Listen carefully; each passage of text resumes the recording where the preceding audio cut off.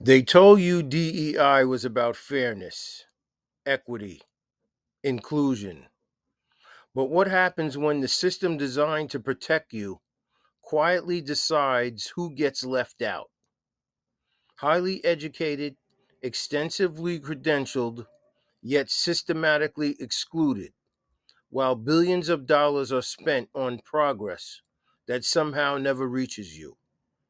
This isn't bitterness, this is evidence. A corporate shell game where optics replace outcomes, where proximity to power matters more than merit, and where African American talent, especially black men, is too often ignored and denied access to opportunity.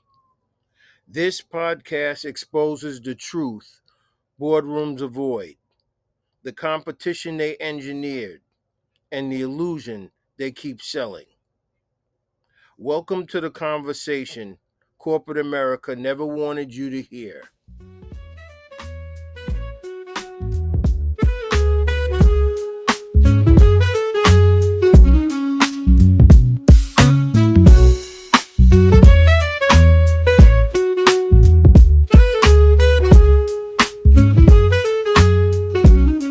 Hello and welcome to the Brilliant Minds, Ignorant Minds podcast. My name is Vernon O'Gara, and this is episode 4, the dynamic between black men and black women inside the workplace. And, I wanted to do this particular podcast. It means a lot to me. It brings back a lot of the feelings that I was experiencing while I was going through my career and understanding this dynamic.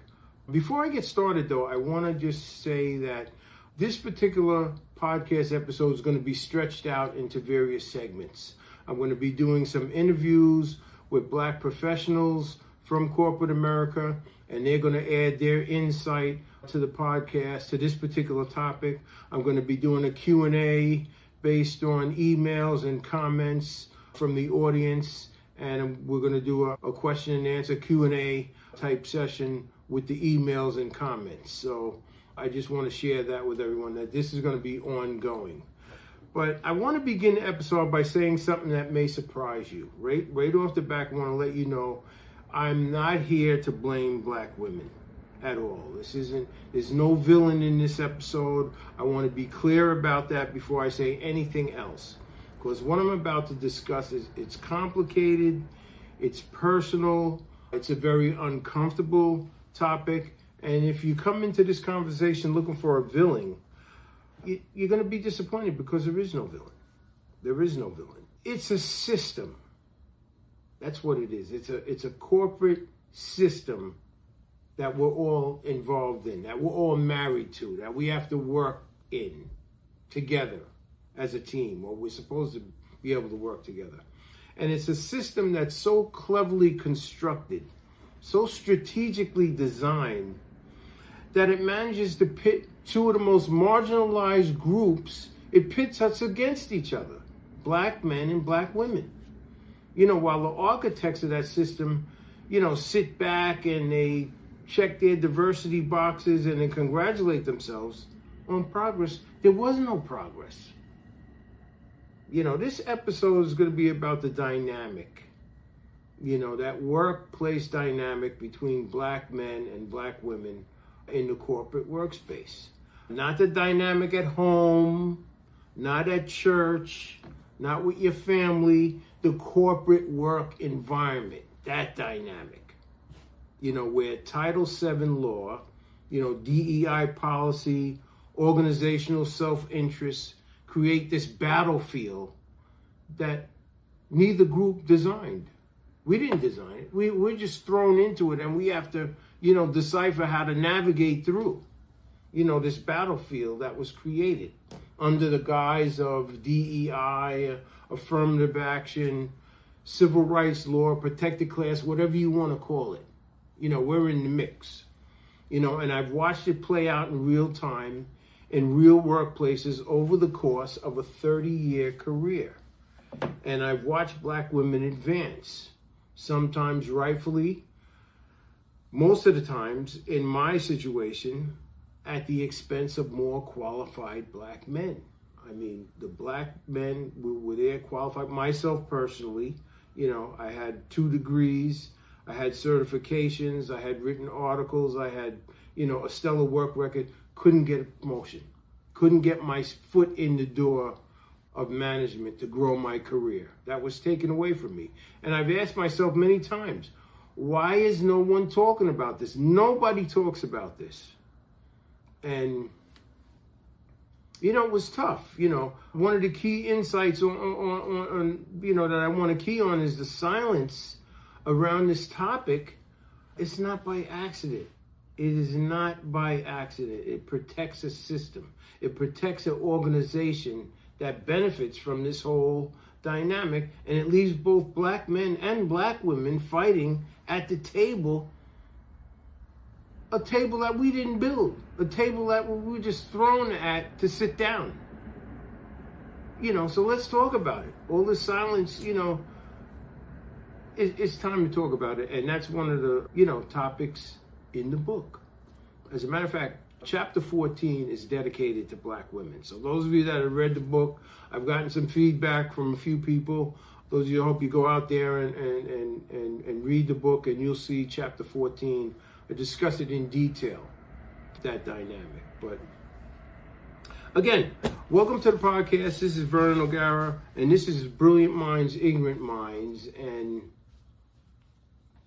again, like I say, this is a very important topic. Very important conversation. What I witnessed throughout my career, you have to understand that, Title VII, that civil rights law, was one of the most important pieces of legislation in American history. And I think the thing that, white America and corporate America, the thing they fail to realize is that civil rights law was for blacks. It was for black people. And for whatever reason, it seems unbelievable, but that gets lost in the sauce. It gets lost in the sauce. Protected class, civil rights law, it was designed to protect people from workplace discrimination based on race, color, religion, sex, creed, national origin, and that was how the concept of protected class was developed. And groups of people who are, needed, basically black people, we needed this protection from employment discrimination because of our race, we were discriminated against. That's just the way it was. And going all the way back to 1964, that is the spirit of the law. And initially it was great. It sounded exactly like what we needed, but the corporate reality was, let me say it like this. It was a well recognized, act. The laws were put in place. The spirit of it was to protect discrimination, but it didn't work out that way. The unintended consequence began when an organization, it could be any organization. I worked at a hospital, could be a corporation, a financial institution, whatever your workplace would be. The decision was made to increase diversity. Wonderful. You think diversity, that's got to include African Americans. But here begins the manipulation, okay? They look at who checks the most boxes. What do I mean? What boxes are you talking about? It's a box where protected class law, if you look at a black woman, she checks 2 boxes simultaneously. She's black. That's the racial minority box. And she's a woman. That's the gender minority box. So black woman gets two points, or checks 2 boxes. The racial box, the gender box. 2 categories with 1 higher. A black man, I check only 1 box. I'm black, and that's it. I don't check the gender box. And in the calculations of, corporate America, diversity strategy, that's a big deal. being able to hire one employee, that black woman, and satisfy 2 criteria, that means a lot. That means a lot in diversity math of who gets left behind. And guess who got left behind? The black men, African American men, we were left behind. And I want to be clear, this is not a criticism of the law. It's a criticism of the way that it was manipulated. And it still is. Organizations have weaponized this diversity law, DEI, affirmative action, whatever you want to call it. It has been weaponized to limit the career growth of African American men. And, they're using it, as a checklist rather than a commitment to the spirit of the law. And they created an unequal playing field within the very community that it was meant to protect. It was supposed to protect minorities. So when I was working in Healthcare Network, I watched this dynamic unfold with painful clarity. I mean, year after year, leadership positions opened up, and myself and my fellow African-American male colleagues, we were left behind. I mean, just to tell you a quick story, Rick, with myself and was 3 of us. There's one brother that worked in radiology department. I called them the whiz kids. This guy, I must have been roughly, I was a little bit older than these guys, maybe 10 or 15 years old. They were 40, I was 50 plus. And I called them the whiz kids. I always tease them. The black man that worked in radiology, he was, this guy was just a brilliant mind. I would go to his office and he would be discussing, films with the physicians. This guy knew everything about radiology. He could read a radiology report. He could run he ran that whole office. I mean, anything dealing with radiology, he was the go-to guy. This other black man I worked with, he was a nurse. And he had just graduated. He was similar to me in that he graduated with this degree in nursing informatics. Informatics was the buzzword, the new initiative, 2013, 2014, 2015, just come on. Informatics was a big thing. RN, informatics degree, the dual degree, the certifications. This guy was top of his class. And I say similar to me because he was like the only black man in his class. But this guy was brilliant. He was brilliant. But you think those white nurses could accept him as a professional, as a leader? No, they couldn't. They couldn't wrap their heads around it. And so we would talk, the 3 of us, and be like, oh yeah, a Caucasian woman was hired. She's my boss. She doesn't know anything. Oh, I got to train her. And then I would share my story. Yeah, I have a woman that was just hired in my department. They wouldn't hire me, but they want me to train her. And the same thing. Women that were not experienced enough to be directors and department heads, but yet still they got the job. And not only did they get the job, but they were handheld and coddled and brought along and never had any outside pressure at all, ever, in their whole careers. So that's the way it was when diversity came in. And it wasn't always white candidates. There were black women that came in. Some black women were excellent. Some black women just rode the coattails of women, the initiative for women, diversity. And they just rode in, and guess what? They're all getting paid. Everybody's getting paid but African American men. And, I had to sit with that. I had to swallow that. We all had to. And I had to really examine what I was feeling, man, because, the last thing I ever wanted to do was, I wasn't going to resent, my sisters for being able to decipher a system, to be, they were in diversity, they got ahead of us. It was great. It was great. And I was happy for them. I was sad for myself, but I was happy for black women. But, it's just the way that this whole, dynamic developed. The HR would have these DEI consultants, and these contractors would come in to the hospital system. I was in healthcare, but it didn't necessarily mean a hospital. You could have been in a healthcare organization, a financial organization, retail, whatever it was. During that period of time, over $5 billion was spent on consultants and contractors to initiate this whole DEI, initiative. And these contractors would advise HR, and it just became a whole new world. And let's going to get into some of the details about it. We'll be right back.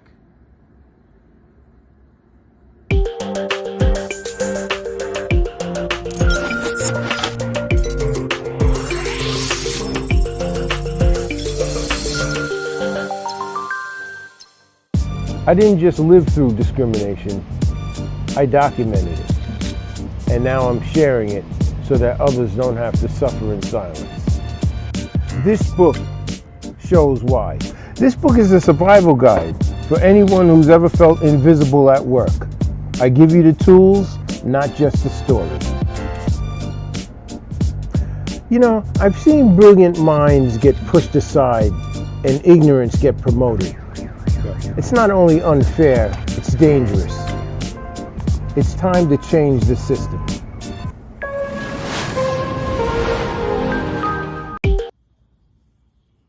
So welcome back, and let's continue this conversation on diversity inside the workplace and the dynamic between black men and black women.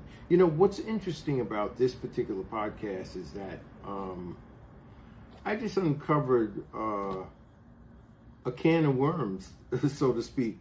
It's so many layers to this whole diversity thing that it's kind of, taken me a little bit off track a little bit. So that's why I'm glad that we're going to do several parts of this particular episode, because it's very layered. It's very layered. And when you talk about diversity, I did some research that I want to share with everyone, but, some Americans are shocked to learn that black people are not the primary beneficiaries of diversity. These DEI programs were dominated and the most advantaged group were white women. And, many of these policies are synonymous with discussions about race. DEI, the current administration talks about DEI, you think they're talking about black people. Well, companies voluntarily adopted these policies to address race discrimination in the workplace. And the programs that they were developed to help, I should say the recipients of the programs the reason they developed the programs, they didn't help us. They didn't help black people. They benefited white women. And let's talk about it. It's a bait and switch, I call it. The biggest bait and switch, in history. I researched some data by McKinsey and Company. McKinsey and Company is it's a global revenue strategy and management consulting firm. And they work globally, worldwide. And they're known for their consulting experience. They advise CEOs, C-suite executives, corporate board members concerning high-level issues. And I'm going to talk about some of the reports and studies that this organization did, along with Catalyst. Catalyst is another nonprofit organization. Their mission is to accelerate progress for women through workplace inclusion. CNN also chipped in, Time Magazine. It was a wealth of data on this whole DEI and diversity framework. And for decades, companies have told Black America, we understand what's going on. We know there's discrimination. We know there's bias, and we're going to put in some mechanisms to correct that. Mainly DEI. They're investing in equity, diversity, equity, and inclusion. But come to find out, man, this is just a money grab. $8 billion a year, according to McKinsey and Company. It's amazing. 8 billion with a B, and I misspoke earlier. I think I said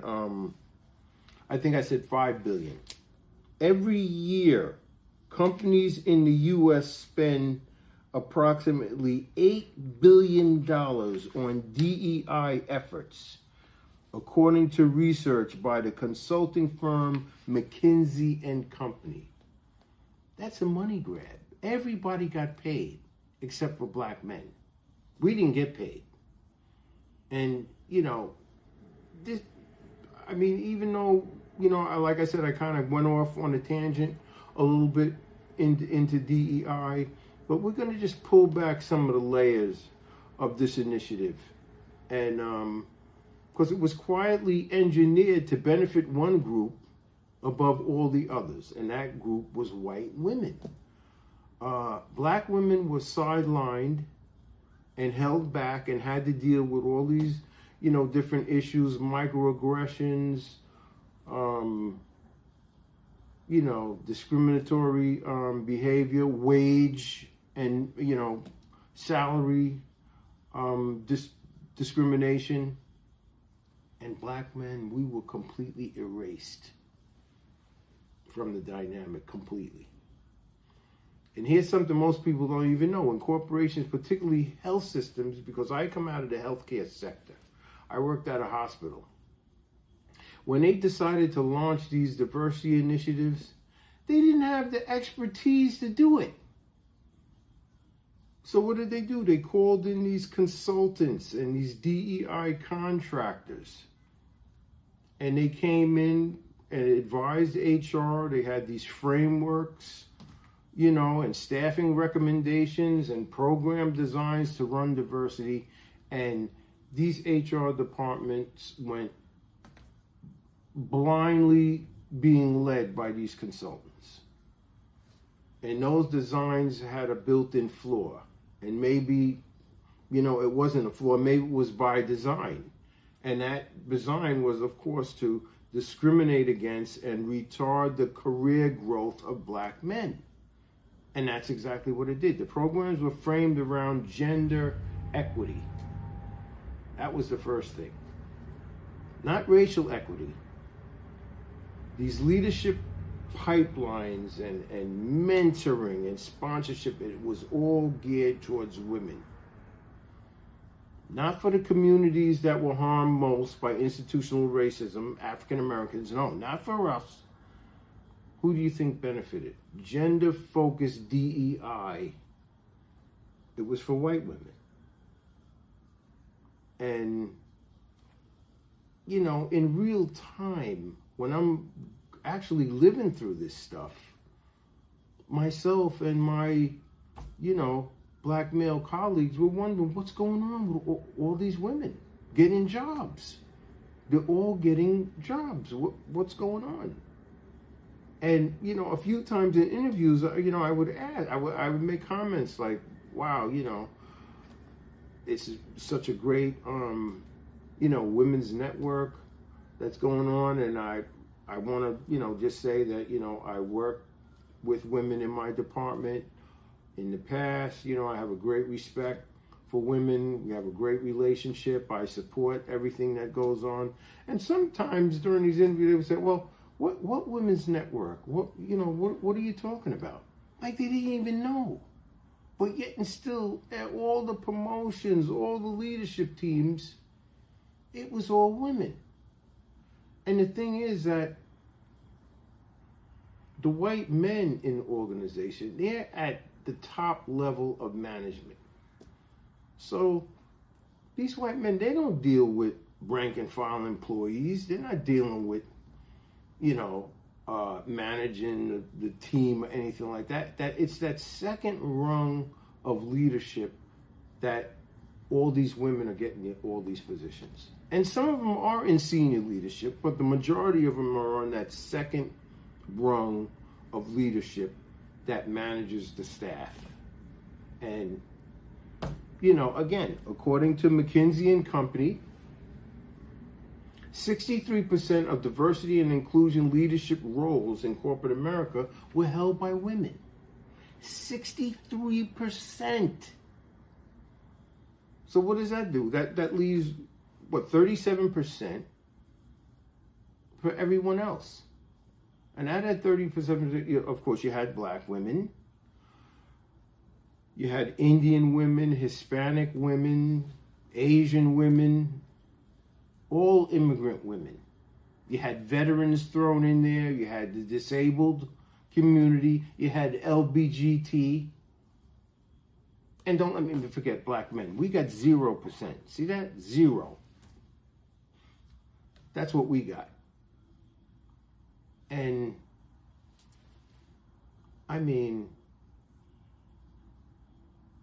in real time, you're wondering why you can't get a job. And I use my story, of course, and I wrote the book.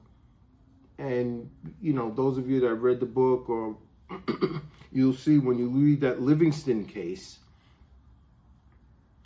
it's against the law to single out one particular group and discriminate against them. And that's what happened with this whole diversity thing. Black men were singled out.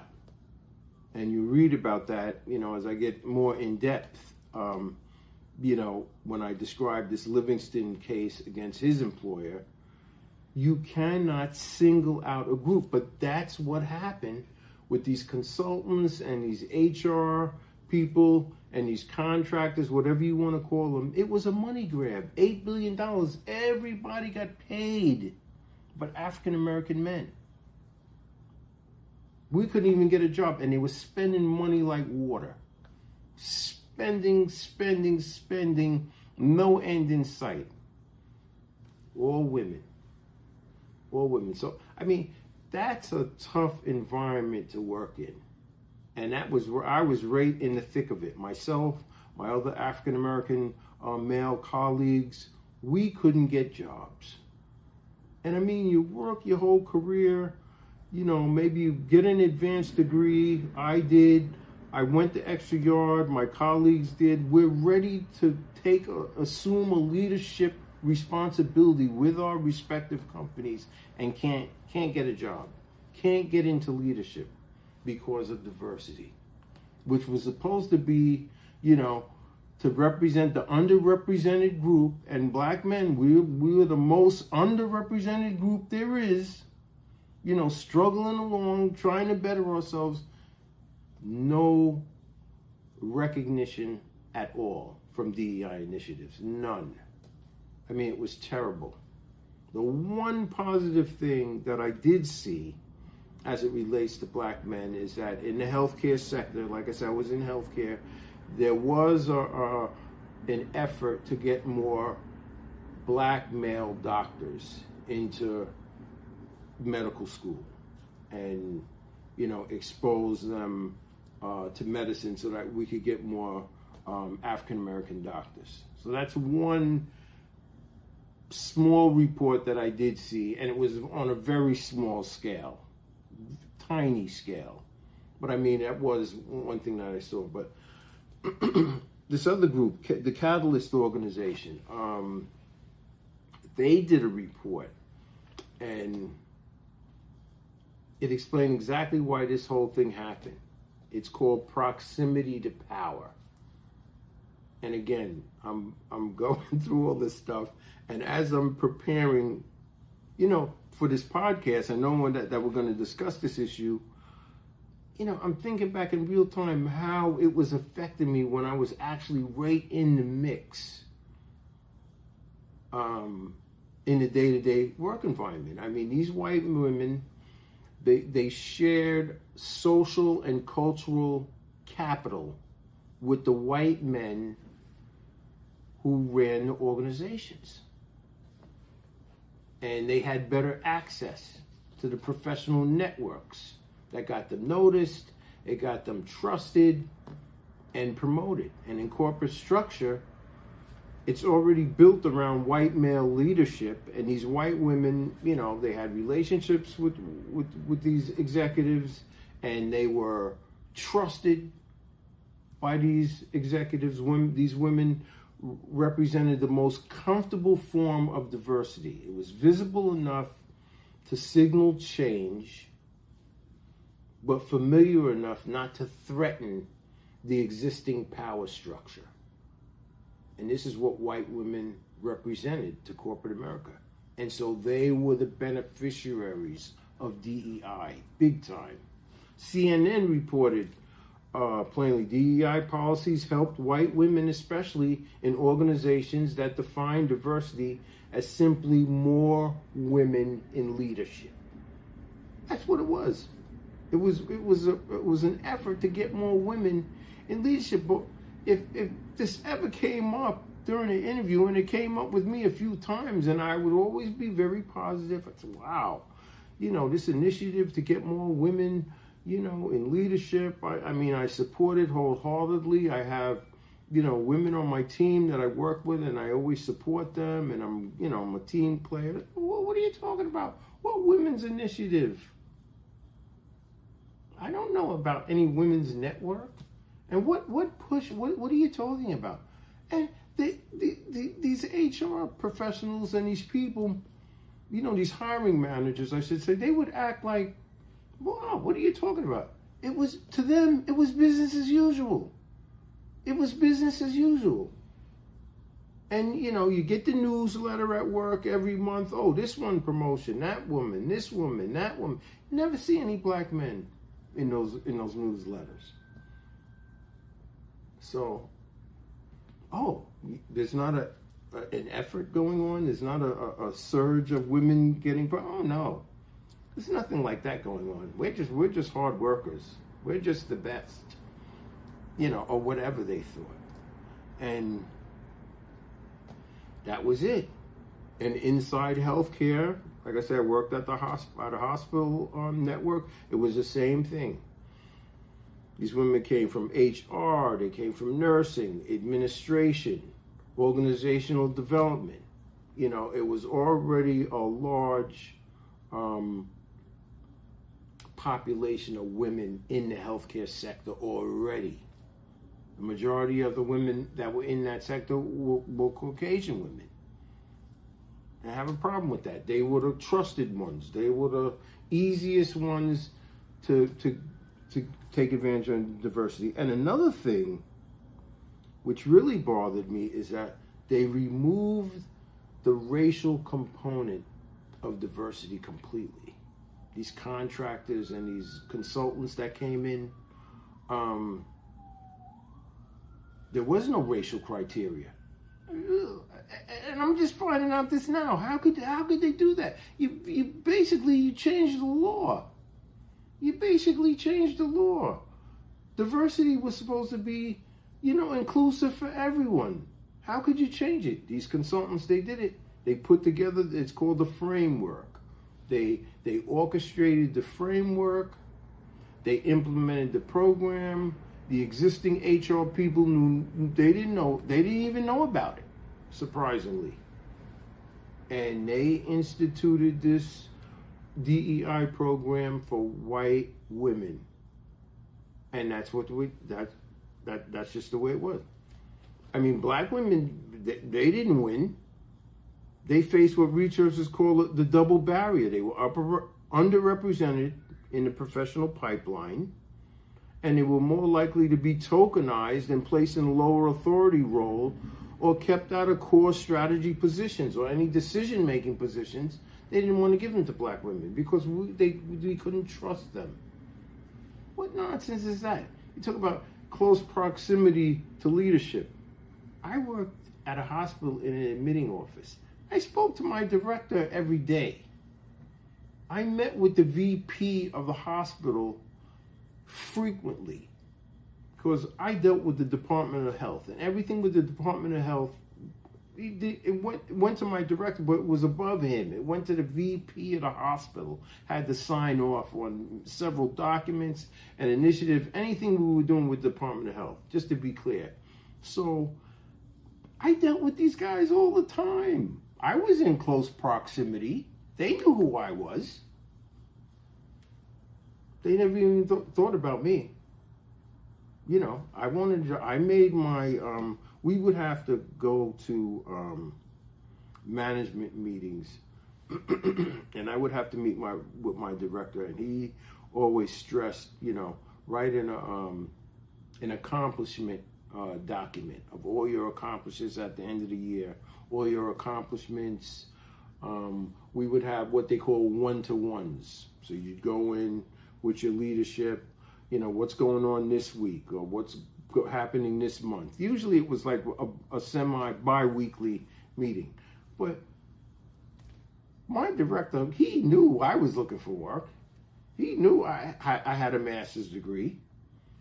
I mean, he knew I was ready to take that next step. So, I mean, when these jobs open up, you don't consider me? And I'm working with this guy? No.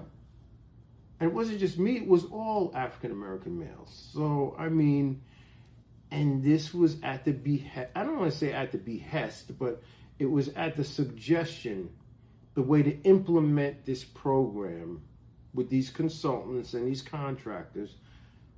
They told HR the best way to implement this DEI was to be friendly towards white women, keep black women, you know, every once in a while give black women a position, but black men don't even consider us. And they followed this advice, for lack of a better word, this framework that the consultant put together. They followed it.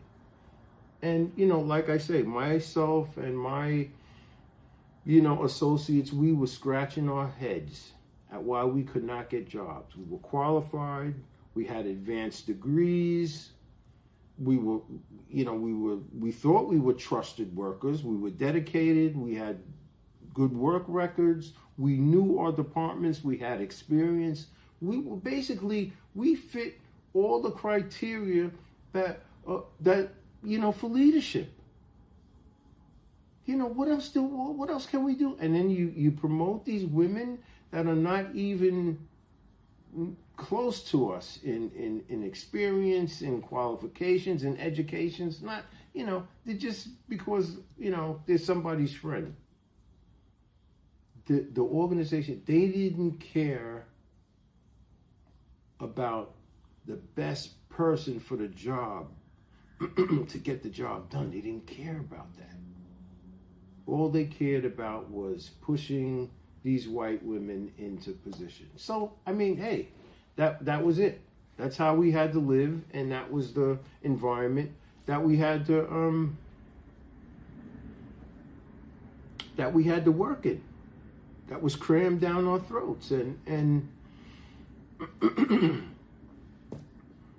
that was it. It was an $8 billion a year money grab. That's how I describe it, because I mean, this was from 2023. This is 3 years ago. This is 2026. I mean, the Trump administration is dismantling this whole DEI thing because, truth be told, it was a mess. It was a complete mess. But it did create a dynamic between black men and black women, and I'm going to get more into that in the next episode of the dynamic between black men and black women. I will get more deeper into it, but I just wanted to just peel back the onion a little bit on this DEI initiative, because it just, you know, just when I got into it and I looked at these statistics and I really understood what it was all about, it just blew my mind, because it just took me back to real time when I was working.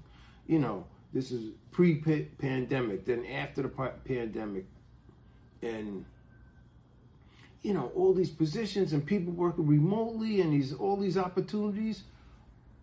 You got qualified black men on the team ready to give our expertise to our companies, and can't get a fair shake. That's all you want, was a fair shake. I didn't want no token job.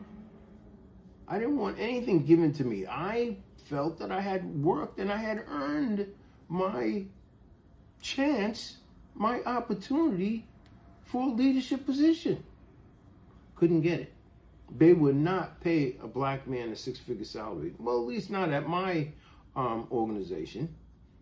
But like I say, I talked to my other, African-American male colleagues throughout healthcare, throughout corporate America. When I traveled within New York, outside of New York, other states, it was the same story. They were just discriminating against us. And again, those of you that read the book, when you read that Miles Livingston case, you'll see that EEOC and Division of Human Rights, they ruled that, you cannot select a distinct group of individuals and discriminate against them. And that group of individuals were black men. And we were the only ones that were singled out as a group. Why? We're brilliant minds. We're smart people. We want to push our organizations ahead further. We want to improve our organizations just like everybody else.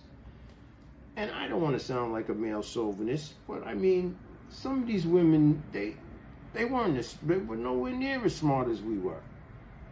But we couldn't get the job. We could not get those jobs. So that's what the data showed. I wanted to share that with everyone. And we were the group at the bottom that was left behind. And that's not diversity. I don't know what you would call it. A rebrand, I just don't have the words. So we're going to keep this conversation going. Keep it going. It's a complex thing. Like I said before, I'm going to get back into the whole dynamic between black men and black women, because I do have, some points that I want to make on that topic that, I didn't really even touch, because this diversity thing just kind of, took over. But again, this is the Brilliant Minds, Ignorant Minds podcast. Hit that like button and subscribe button. I appreciate the comments and your emails. My email address is in there. BrilliantIgnorantMinds.com is the website. And I will see everybody next week. But I will see everybody in 2 weeks. Thank you very much for signing on. And I hope you enjoyed the podcast. Thank you. One of the things I realized early on in my career, in the middle of my career, in the end of my career, there has always been a lack of African American men in leadership. And, that bothered me. Because my background is HBCU. I went to college at a HBCU, and there were many, many intelligent African American men during my college days and today and in society all over. And the thing is, we all want to contribute to our organizations, and we're, very smart people, brilliant minds.